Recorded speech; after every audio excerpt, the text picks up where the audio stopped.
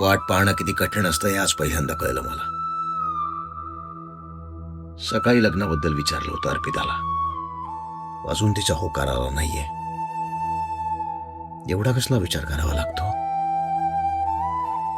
नाही नाही, होकारच असेल तिचा. कामात असेल म्हणून कळवायचं राहून गेलं असेल.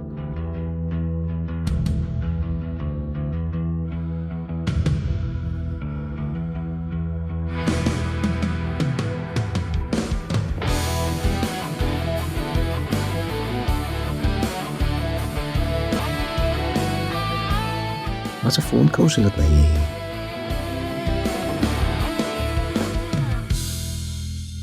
सगळी कामं अशीच टाकून गेली. सगळं माझ्या जीवावर सोडून गेले. मोठा पैसा. आई. चिकित आणि बाबा कुठे आहेत? ते गेलेत शतपावली करायला.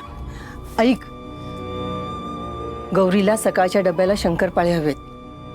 दिले नाही तर ती रुसेल. हा, आणि ना त्या तिला सांग, पार्टीची कामं करायला गेले ना, आल्यावर तिलाच करायला सांग शंकरपाळे. आई अहो, अजून किती दिवस आपण यात अडकून राहायचंय? म्हणजे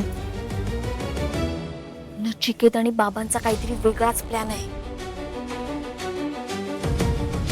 हे बघ, मला कळेल असं सांगशील का? मला ना आता तुमचं म्हणणं पटायला लागलं.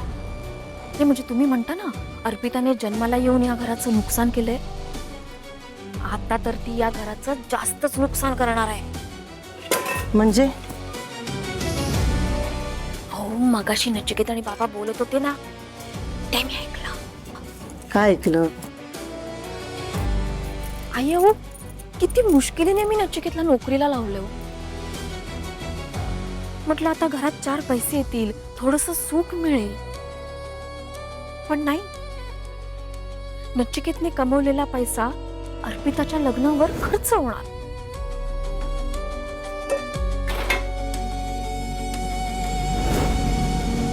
दोघं बोलत होते मगाशी, अर्पितासाठी चांगला नवरा बघायचा, मस्त धूमधडाक्यात लग्न लावायचं. अर्पिताच्या सुखासाठी सगळा पैसा ओतून टाकायचा.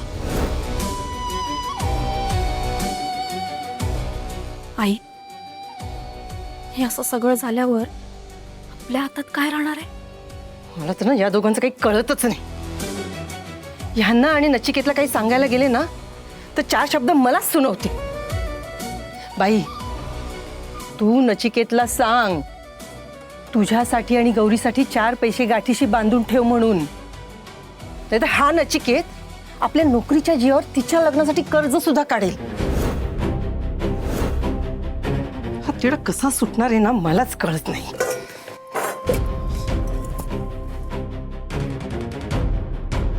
तुमच्या नणंदबाईंना फोन करा आणि अर्पिता आणि अनिशचं लग्न ठरवून टाका. हे दोघं नाही ऐकणार. हो, नचिकेत आणि बाबा काही म्हणतो, तुमच्या दृष्टीने हे लग्न सोयीचं आहे ना? 100%. मग आत्यांना फोन करून तुम्ही लगेच लग्न ठरवून टाका. कुणाला कळूच द्यायचं नाही, सगळं सिक्रेट ठेवायचं.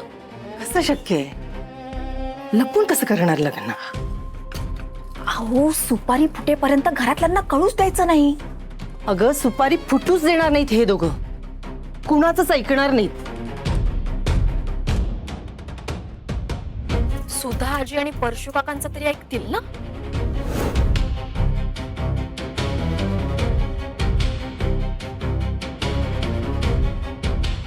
भाऊकी समोर काही बोलू शकतील. सगळ्यांना फोन करून बोलून घ्या, सांगा सरप्राईज आहे म्हणून.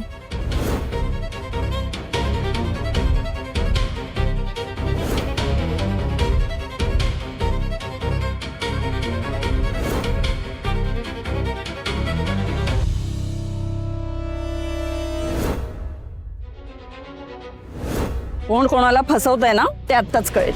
काय बोलती ही? आता बोला काकू, कोणाला द्यायचं पोलिसात? त्यामुळे सगळ्यांसमोर मान्य करा की ही अंगठी तुम्ही घेतलीये, मग सोडते. आता कळलं तुझ्याशी का नातं जोडत नव्हतं ते? त्याचं कारण तू आहेस. तुझ्या नावाची गाठ मारते मी. जोपर्यंत तुला धडा शिकवत नाही ना तोपर्यंत ही गाठ सुटत नसते. राजसी राजसी म्हणून आरती करत होतीस ना? काय तर म्हणे सून करून घरी आणणार तिला.